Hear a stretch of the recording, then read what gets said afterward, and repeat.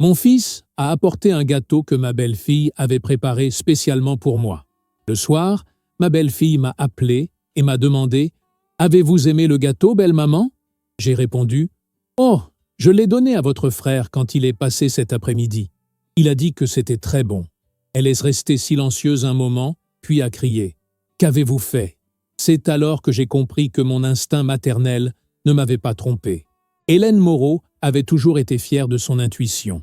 À 56 ans, cette veuve élégante aux cheveux châtains méchés de blond et au regard perçant avait construit sa vie sur cette capacité à percevoir ce que d'autres ne voyaient pas. Son entreprise de design d'intérieur prospérait grâce à cette sensibilité particulière. Mais aujourd'hui, cette même intuition lui glaçait le sang. Elle se tenait devant la fenêtre de son appartement spacieux, une tasse de thé à la main, observant la pluie fine qui tombait sur la ville. Les gouttes dessinaient des chemins sinueux sur la vitre, semblables aux pensées qui s'entremêlaient dans son esprit. Son fils unique, Thomas, était le centre de son univers depuis la mort de son mari, Henri, emporté par une crise cardiaque 8 ans auparavant. « Madame, votre fils est au téléphone », annonça sa gouvernante en entrant dans le salon. Hélène prit le combiné, un sourire illuminant instantanément son visage. « Thomas, mon chéri. »« Maman, j'ai une grande nouvelle. » La voix de Thomas tremblait d'excitation. « J'ai demandé Sophie en mariage, hier soir. Et elle a dit oui. » Le sourire d'Hélène se figea. 6 mois. Thomas connaissait cette femme depuis seulement 6 mois. Une relation éclair, une passion dévorante comme il le décrivait. Trop rapide, trop intense. « C'est merveilleux, mon chéri. » parvint-elle à articuler malgré la boule qui se formait dans sa gorge. « Quand pourrais-je rencontrer officiellement ma future belle-fille ? Justement, nous voudrions venir dîner demain soir si tu es disponible. Sophie est impatiente de mieux te connaître. » Le lendemain soir, Hélène avait préparé un repas élaboré. La table était dressée avec sa plus belle porcelaine. Les verres en cristal étincelaient sous la lumière tamisée du lustre. Elle avait revêtu une robe bleu nuit qui mettait en valeur son élégance naturelle. La sonnette retentit à 20 heures précises. Thomas entra, rayonnant de bonheur, tenant par la main une jeune femme d'une beauté frappante. Sophie Dubois avait 28 ans, des cheveux noirs soyeux, des yeux d'un vert hypnotique et un sourire calculé qui n'atteignait jamais vraiment ses yeux. « Madame Moreau, c'est un honneur de vous rencontrer enfin, » dit Sophie d'une voix mélodieuse. « Thomas parle de vous avec tant d'admiration. » Mais ce qui frappa immédiatement Hélène, ce fut l'homme qui se tenait légèrement en retrait. Grand, athlétique, avec un regard sombre et attentif. « Oh, j'ai oublié de vous présenter », s'empressa d'ajouter Sophie. « Voici Nicolas, mon frère. Nous sommes très proches et il m'accompagne souvent lors des occasions importantes. » Nicolas s'avança, baisant la main d'Hélène avec une courtoisie excessive. « Enchanté, madame. Je suis ravi de rencontrer la mère du futur mari de ma petite sœur. » Pendant le dîner, Hélène observa attentivement les interactions entre Sophie et son prétendu frère. Aucune ressemblance physique, des regards échangés trop longs, trop intimes, des doigts qui s'effleuraient en se passant le sel, des codes silencieux qu'elle seule semblait remarquer. « Et vos parents, Sophie ?» demanda Hélène entre 2 bouchées de canard à l'orange. « Seront-ils présents au mariage ?» Une ombre passa sur le visage de la jeune femme. « Malheureusement, nos parents sont décédés dans un accident de voiture quand nous étions enfants. Notre grand-mère nous a élevés, mais elle nous a quittés l'année dernière. »« Je suis désolée, » répondit Hélène, notant mentalement l'absence commode de toute famille pouvant confirmer leur histoire. Après le dessert, Thomas proposa de montrer à Sophie les albums photos de son enfance. Nicolas déclina l'invitation, prétextant un appel professionnel urgent. Restée seule avec sa future belle-fille, Hélène sentit le regard de Sophie la scruter intensément. « Vous avez une magnifique demeure, Madame Moreau », commenta la jeune femme en caressant distraitement le bord de la table en acajou. « Thomas m'a dit que vous aviez bâti votre entreprise seule après la mort de votre mari. En effet, le design d'intérieur a toujours été ma passion. Et vous n'avez jamais songé à prendre votre retraite? À laisser Thomas reprendre l'entreprise ?» La question était posée avec une légèreté feinte qui n'échappa pas à Hélène. « Mon fils est ingénieur, Sophie. Il excelle dans son domaine, mais n'a jamais montré d'intérêt pour mon entreprise. Les gens changent, belle maman, répondit Sophie avec un sourire énigmatique. Dans les semaines qui suivirent, les visites de Thomas se firent de plus en plus rares. Lorsqu'il venait, c'était toujours accompagné de Sophie et, souvent, de Nicolas. Jamais seul. Hélène remarqua les changements subtils dans le comportement de son fils, une tension nouvelle dans sa posture, une réserve dans ses paroles, comme s'il pesait chaque mot. Un jour, elle tenta d'aborder le sujet. « Thomas, est-ce que tout va bien entre nous ?» Son fils parut surpris. « Bien sûr, maman. Pourquoi cette question? Tu sembles distant ces derniers temps. » Thomas soupira, passant une main dans ses cheveux bruns. « Sophie m'a confié qu'elle se sentait mal à l'aise ici. Elle a l'impression que tu ne l'acceptes pas vraiment. C'est ridicule, Elle fait des efforts, maman, » l'interrompit Thomas, une pointe d'irritation dans la voix. « Elle essaie sincèrement de créer un lien avec toi, mais elle dit que tu la regardes toujours avec suspicion. » Hélène ressentit un pincement au cœur. La manipulation était si évidente, si calculée. Sophie dressait habilement son fils contre elle, jouant la victime innocente qui cherchait désespérément l'approbation de sa belle-mère. Le mariage fut célébré 3 mois plus tard, dans une cérémonie fastueuse que Sophie avait entièrement orchestrée. Hélène observait, impuissante, son fils prononcer ses vœux avec une conviction aveugle. Dans un coin de la salle, Nicolas, témoin de Sophie, ne quittait pas des yeux les nouveaux mariés avec une expression indéchiffrable. 3 mois après le mariage, Hélène dînait seule dans sa salle à manger lorsque son téléphone sonna. C'était Thomas, la voix étrangement tendue. « Maman, je voulais juste te prévenir que nous ne pourrons pas venir dimanche prochain. » C'était la 3e fois consécutive que son fils annulait leur déjeuner dominical, une tradition qu'ils avaient toujours respectée, même lorsque Thomas était à l'université. « Un problème, mon chéri ? » « Non, non. Sophie a juste... Elle ne se sent pas très bien ces derniers temps. Le stress du travail, tu comprends ?» Hélène serra les lèvres. Sophie, consultante en marketing, semblait pourtant avoir suffisamment d'énergie pour organiser des soirées somptueuses dans l'appartement qu'elle partageait désormais avec Thomas, soirées auxquelles Hélène n'était jamais conviée. « Je pourrais peut-être lui préparer une soupe et vous l'apporter ?» proposa Hélène, sachant pertinemment quelle serait la réponse. « Ce n'est pas nécessaire, vraiment. Je m'occupe d'elle. » La conversation se termina rapidement, laissant Hélène avec un sentiment d'impuissance grandissant. Son fils s'éloignait chaque jour davantage, prisonnier d'une toile tissée avec une habileté redoutable. 1 semaine plus tard, Hélène décida de prendre les choses en main. Elle se rendit au cabinet d'architecte où travaillait Thomas, espérant l'inviter à déjeuner. À sa grande surprise, la réceptionniste l'informa que son fils avait pris une journée de congé. « Il a mentionné un rendez-vous médical, je crois », ajouta la jeune femme. Inquiète, Hélène tenta d'appeler Thomas, mais tomba directement sur sa messagerie. Après un moment d'hésitation, elle se dirigea vers l'appartement de son fils, situé dans un quartier élégant du centre-ville. Alors qu'elle s'apprêtait à sonner, elle entendit des éclats de voix provenant de l'intérieur. Celle de Sophie, puis celle d'un homme, non pas Thomas, mais Nicolas. Leur ton était animé, loin de la réserve qu'ils affichaient habituellement en sa présence. « Combien de temps encore devrons-nous attendre ?» demandait Nicolas avec impatience. « Patience, » répondit Sophie. « Le notaire m'a confirmé que tout sera réglé après la signature des papiers la semaine prochaine. » Thomas ne se doute de rien. Et sa mère, cette vieille femme méfiante, elle soupçonne quelque chose, mais Thomas ne l'écoute plus. J'ai fait en sorte qu'il pense qu'elle est simplement jalouse de notre bonheur. Hélène recula, le cœur battant. Quelle signature! Quel arrangement avec un notaire! Elle quitta l'immeuble discrètement, l'esprit en ébullition. Le lendemain, elle contacta Antoine Leroy, un ami de longue date qui travaillait comme commissaire de police.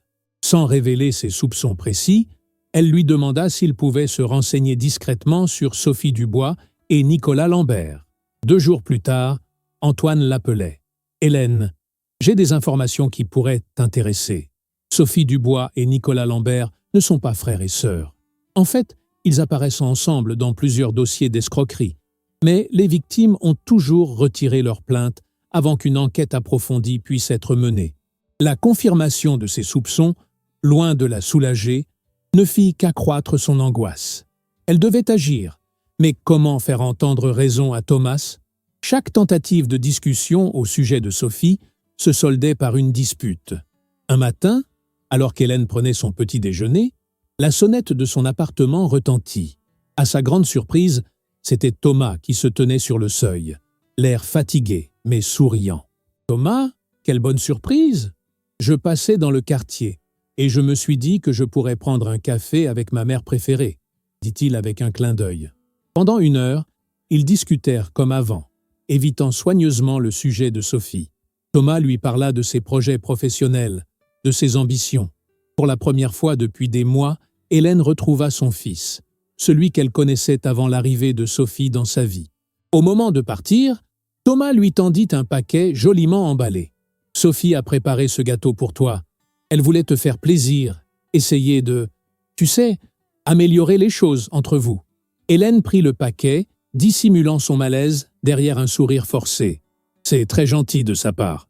Remercie-la pour moi. » Après le départ de Thomas, Hélène déposa le paquet sur le comptoir de sa cuisine et l'examina sans l'ouvrir.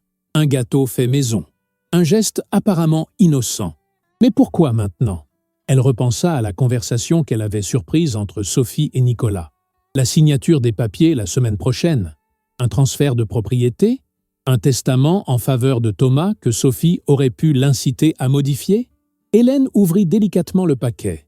À l'intérieur se trouvait un gâteau au chocolat décoré avec soin. Elle l'observa attentivement, puis se pencha pour en humer l'arôme. Une légère odeur inhabituelle, presque imperceptible sous le parfum du chocolat, attira son attention. Son téléphone sonna, interrompant ses réflexions. C'était Antoine. « Hélène, j'ai découvert autre chose. Nicolas Lambert a un passé encore plus trouble que je ne le pensais. Il a été interrogé dans une affaire d'empoisonnement il y a 3 ans, mais les charges ont été abandonnées faute de preuves. » Elle raccrocha, fixant le gâteau avec une méfiance accrue. Empoisonnement. Le mot résonnait dans son esprit comme un glas. La sonnette retentit à nouveau. Hélène sursauta, puis se dirigea vers l'interphone. « Madame Moreau, c'est Nicolas Lambert. Sophie m'a demandé de passer récupérer son écharpe. Elle pense l'avoir oubliée lors de votre dernière rencontre. » Hélène hésita un instant, puis appuya sur le bouton d'ouverture. Une idée venait de germer dans son esprit. Nicolas apparut sur le seuil, affichant ce sourire charmant qui ne parvenait jamais à masquer la froideur de son regard. « Bonjour, Madame Moreau. Désolé de vous déranger pour si peu. »« Entrez, Nicolas. Sophie se trompe. Elle n'a pas oublié d'écharpe ici, » répondit Hélène en le guidant vers le salon. « Mais puisque vous êtes là, que diriez-vous d'un café? J'allais justement goûter ce délicieux gâteau que votre sœur a préparé pour moi. » Une lueur d'hésitation traversa le regard de Nicolas, si fugace qu'un observateur moins attentif l'aurait manqué. « C'est gentil, mais je suis assez pressé. »« Oh, juste 5 minutes, » insista Hélène. « J'aimerais avoir de vos nouvelles. Thomas m'a dit que vous travailliez dans la finance. » Nicolas acquiesça, visiblement mal à l'aise, mais trop poli, ou trop méfiant, pour refuser catégoriquement. Il s'assit au bord du canapé, tandis qu'Hélène se dirigeait vers la cuisine. « En effet, je suis conseiller en investissement. » Hélène revint avec 2 assiettes contenant chacune une généreuse part de gâteau, ainsi qu'une cafetière et 2 tasses qu'elle disposa sur la table basse. « Thomas m'a dit que vous étiez passionné par la cuisine moléculaire, » mentit-elle en servant le café. « Sophie et vous avez dû hériter ce talent culinaire de votre grand-mère. » Nicolas eut un rire nerveux. « Je crains que Thomas n'ait exagéré mes compétences. C'est Sophie la cuisinière de la famille. »« Goûtez quand même sa création, » suggéra Hélène en poussant l'assiette vers lui. « Je serais curieuse d'avoir l'avis d'un connaisseur. » Nicolas fixa la part de gâteau, puis Hélène. Un combat intérieur semblait se livrer derrière son expression composée. « Vous n'en prenez pas ?» demanda-t-il finalement. « Je suis au régime, » répondit Hélène avec un sourire contrit. « Mon médecin m'a formellement interdit le sucre. Mais je ne voudrais pas priver Sophie de votre appréciation experte. » Après une hésitation, Nicolas porta une petite bouchée à ses lèvres. Son visage se détendit progressivement. « C'est vraiment délicieux, » admit-il, prenant une 2e bouchée plus assurée. « N'est-ce pas? Sophie est pleine de talent. » Encouragé par l'apparente normalité du gâteau, Nicolas termina sa part tout en bavardant de sujets anodins. Le temps, l'actualité culturelle, les dernières expositions. 20 minutes plus tard, il consulta sa montre et se leva. « Je dois vraiment y aller maintenant. Merci pour le café, Madame Moreau. Tout le plaisir était pour moi, Nicolas. Revenez quand vous voulez. » Après son départ, Hélène jeta immédiatement le reste du gâteau, prenant soin de l'emballer dans plusieurs sacs plastiques avant de le mettre à la poubelle. Puis elle s'assit, les mains tremblantes, et attendit. À 20h ce soir-là, son téléphone sonna. C'était Sophie. « Bonsoir, belle maman. » Sa voix trahissait une excitation mal contenue. « Thomas m'a dit qu'il vous avait apporté mon gâteau. Alors, comment l'avez-vous trouvé ?» Hélène prit une profonde inspiration avant de répondre, choisissant soigneusement ses mots. « Je dois avouer que je ne l'ai pas encore goûté, ma chère. Mais votre frère est passé cet après-midi et en a mangé une part. Il l'a trouvé absolument délicieux. » Un silence pesant s'installa à l'autre bout de la ligne. « Mon frère ?» La voix de Sophie avait perdu toute assurance. « Oui, Nicolas. Il est venu chercher votre écharpe, celle que vous auriez oubliée chez moi. Je lui ai offert une part de gâteau avec son café. Et il l'a mangé ?» Le ton était maintenant alarmé. « Avec grand appétit. Il vous a fait compliment sur vos talents de pâtissière. »« Qu'avez-vous fait ?» s'écria Sophie, abandonnant toute prétention. La ligne fut coupée brusquement. Hélène reposa le combiné, le cœur battant. Elle venait de confirmer ses pires craintes, mais qu'allait-il se passer maintenant? 1 heure plus tard, incapable de rester dans l'incertitude, elle appela Thomas. Son fils répondit après plusieurs sonneries, la voix tendue. « Maman ? Désolé, je ne peux pas parler longtemps. Thomas, est-ce que tout va bien ? Oui, enfin, pas vraiment. Je suis à l'hôpital avec Sophie. Nicolas a été pris de violentes douleurs abdominales et de vomissements. Les médecins soupçonnent une intoxication alimentaire. » Hélène ferma les yeux, assimilant l'information. « C'est terrible. Comment va-t-il ? » Ils l'ont mis sous perfusion et sont en train de faire des analyses. Sophie est très inquiète, comme tu peux l'imaginer. Bien sûr, je comprends. Après avoir raccroché, Hélène resta immobile pendant plusieurs minutes, réfléchissant à sa prochaine action. Finalement, elle composa le numéro d'Antoine Leroy. « Antoine ? C'est Hélène. J'ai besoin de ton aide professionnelle. Je crois que Sophie Dubois et Nicolas Lambert ont tenté de m'empoisonner. » En moins d'1 heure, le commissaire Leroy arrivait chez Hélène, accompagné de 2 officiers. Elle leur raconta tout, ses soupçons sur la véritable relation entre Sophie et Nicolas, la conversation qu'elle avait surprise, le gâteau suspect, et comment Nicolas en avait mangé pour finir à l'hôpital. « Nous allons devoir récupérer ce qui reste du gâteau pour analyse, » déclara Leroy. « Et je vais envoyer des hommes à l'hôpital pour interroger M. Lambert. Et mon fils ? Thomas est avec eux. Ne vous inquiétez pas pour lui. Nous serons discrets jusqu'à ce que nous ayons des preuves concrètes. » Leroy partit avec les restes du gâteau qu'Hélène avait conservé. Elle passa la nuit dans un état d'angoisse indescriptible, imaginant la réaction de Thomas lorsqu'il apprendrait la vérité sur sa femme. Allait-il seulement la croire? Au petit matin, alors qu'elle somnolait dans son fauteuil, la sonnerie de son téléphone la fit sursauter. « Madame Moreau ?» Commissaire Leroy à l'appareil. Les analyses préliminaires ont confirmé la présence d'un composé toxique dans le gâteau. Nous avons placé Sophie Dubois en garde à vue cette nuit, et Nicolas Lambert est sous surveillance policière à l'hôpital. Un mélange de soulagement et d'appréhension envahit Hélène. « Et mon fils ? Il est au commissariat. Il aimerait vous parler. » 1 heure plus tard, Hélène franchissait les portes du commissariat central, le cœur lourd. Dans une petite salle d'attente, Thomas était assis, le visage ravagé par le chagrin et l'incompréhension. « Maman !» murmura-t-il en la voyant, sa voix à peine audible. Hélène s'assit à côté de son fils, hésitant à le toucher, comme si un simple contact pouvait le briser davantage. Thomas fixait le sol, les épaules voûtées sous le poids de la trahison. « Je ne comprends pas, » murmura-t-il enfin. « Comment ai-je pu être aussi aveugle ? L'amour nous rend vulnérables, mon chéri, » répondit doucement Hélène. Sophie était très habile. Thomas releva la tête, ses yeux rougis cherchant ceux de sa mère. « Tu as essayé de me prévenir, n'est-ce pas ? Depuis le début, tu sentais que quelque chose n'allait pas. J'avais des doutes, oui, mais je n'avais aucune preuve. Et tu semblais tellement heureux. Heureux, répéta Thomas avec un rire amer. Je vivais dans une illusion parfaite. Le commissaire Leroy entra dans la salle, un dossier à la main. Son expression grave indiquait qu'il apportait de nouvelles informations. Madame Moreau, Monsieur Moreau, nous avons du nouveau. Sophie Dubois a finalement parlé après une nuit d'interrogatoire. Ce qu'elle a révélé est troublant. Il prit place en face d'eux, ouvrant le dossier sur la table. Sophie et Nicolas ne sont pas frères et sœurs, comme vous le soupçonniez. Ils sont en couple depuis 8 ans et ont déjà opéré plusieurs arnaques similaires dans différentes villes. Leur modus operandi consiste à cibler des personnes fortunées, généralement des veufs ou veuves, avec un enfant unique. Sophie séduit le fils ou la fille, tandis que Nicolas joue le rôle d'un proche, frère, cousin, ami d'enfance, qui reste dans l'ombre mais toujours présent. Thomas ferma les yeux, chaque mot semblant lui infliger une douleur physique. Le but final, poursuivit le roi, était de s'approprier votre entreprise et votre fortune, Madame Moreau. D'après les documents que nous avons saisis chez eux, ils avaient déjà commencé les démarches pour que Thomas devienne signataire principal de vos comptes et co-gérant de votre société. C'est vrai, admit Thomas, la voix tremblante. Sophie m'avait convaincu que c'était pour te protéger, maman.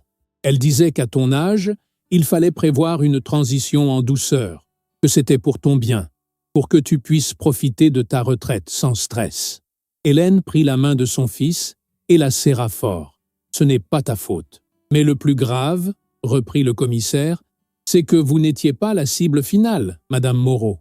Vous n'étiez qu'une étape. Thomas et Hélène échangèrent un regard confus. « Que voulez-vous dire » demanda Hélène.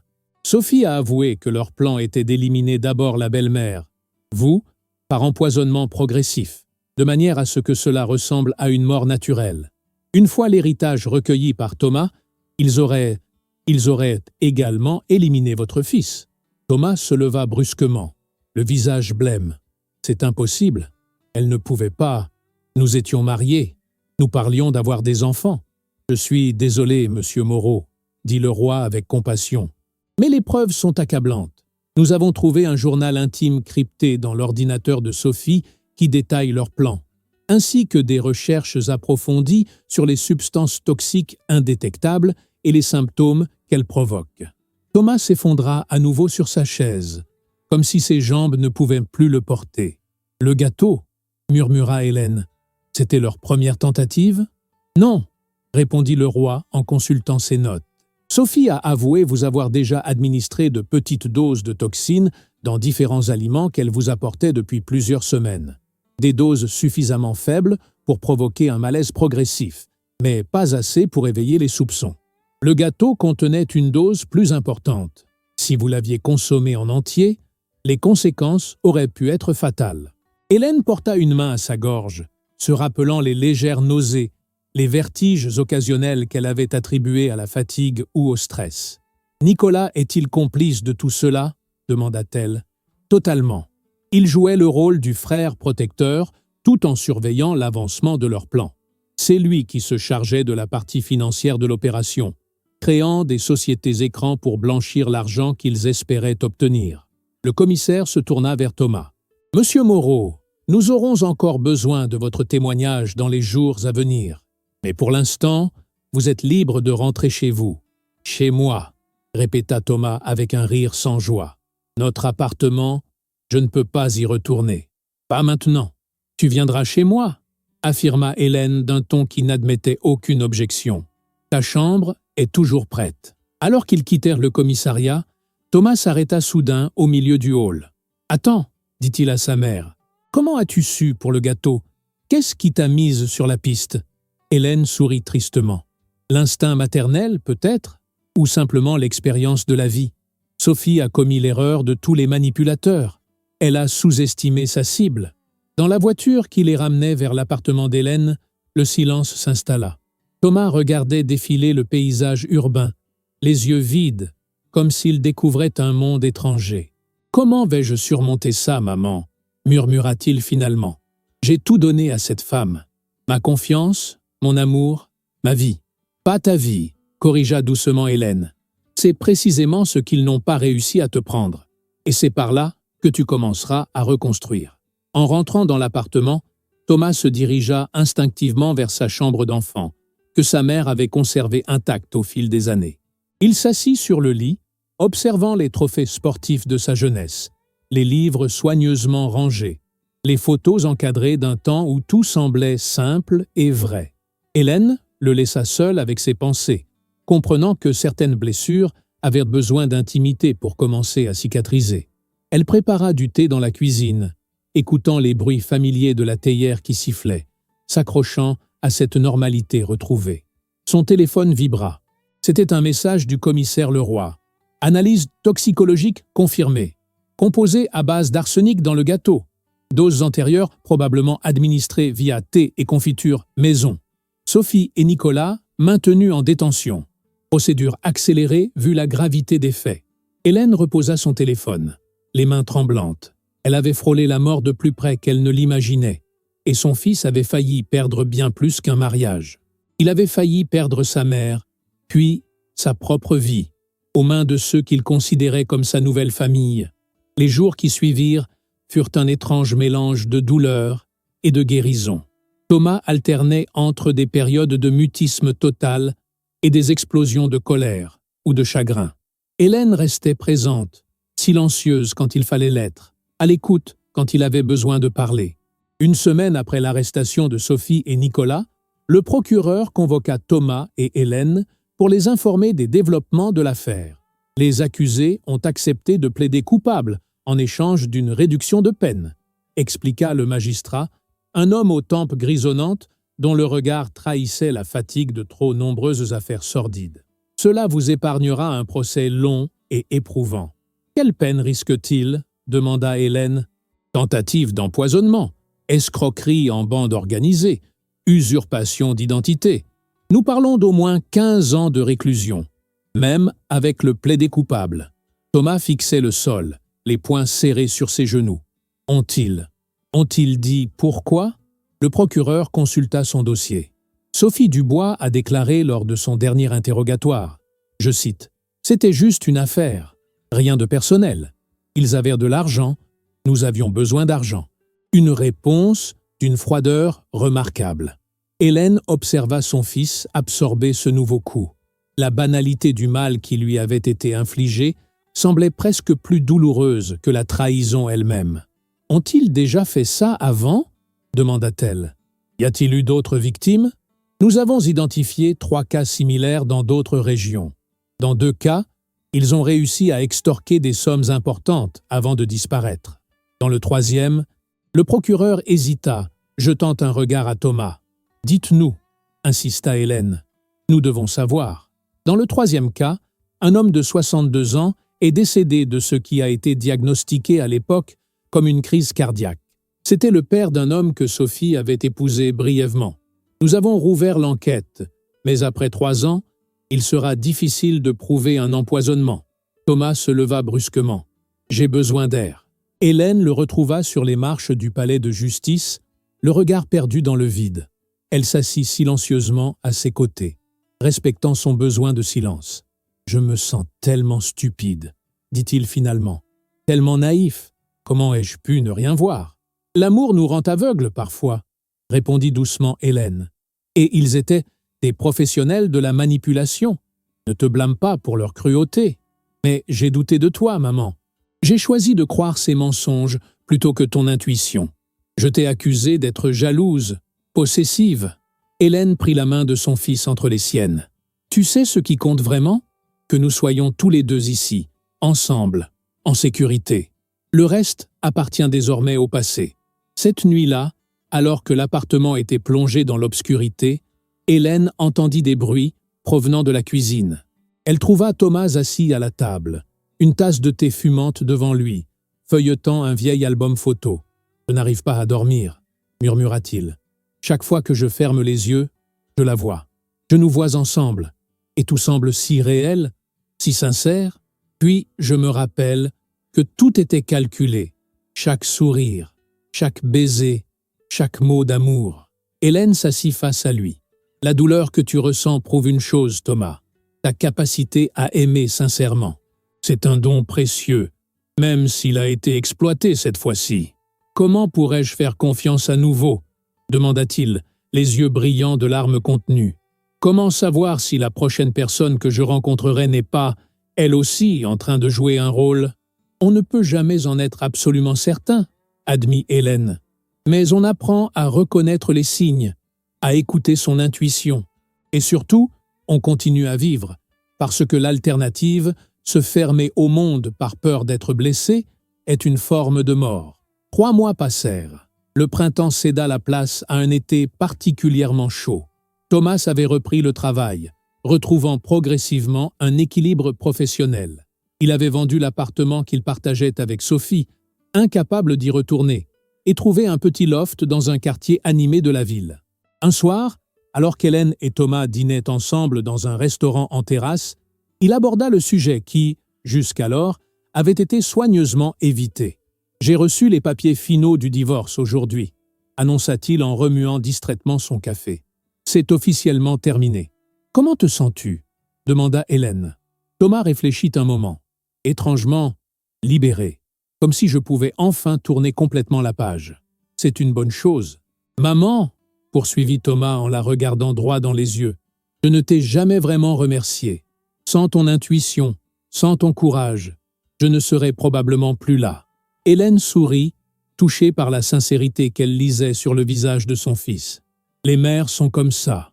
On sent quand nos enfants sont en danger, même quand ils sont grands et pensent n'avoir plus besoin de nous. « J'aurai toujours besoin de toi », affirma Thomas. Différemment peut-être, mais toujours. Une semaine plus tard, Hélène reçut un appel du commissaire Leroy. « Bonjour Hélène. J'ai pensé que vous aimeriez savoir. Le jugement est tombé ce matin. Sophie et Nicolas ont été condamnés à 18 ans de réclusion criminelle chacun. Le juge a été particulièrement sévère en raison de la préméditation et de la cruauté du plan. Merci de me prévenir, Antoine. Comment va votre fils? Il guérit, répondit simplement Hélène. Lentement, mais sûrement. Ce soir-là, Hélène organisa un petit dîner chez elle.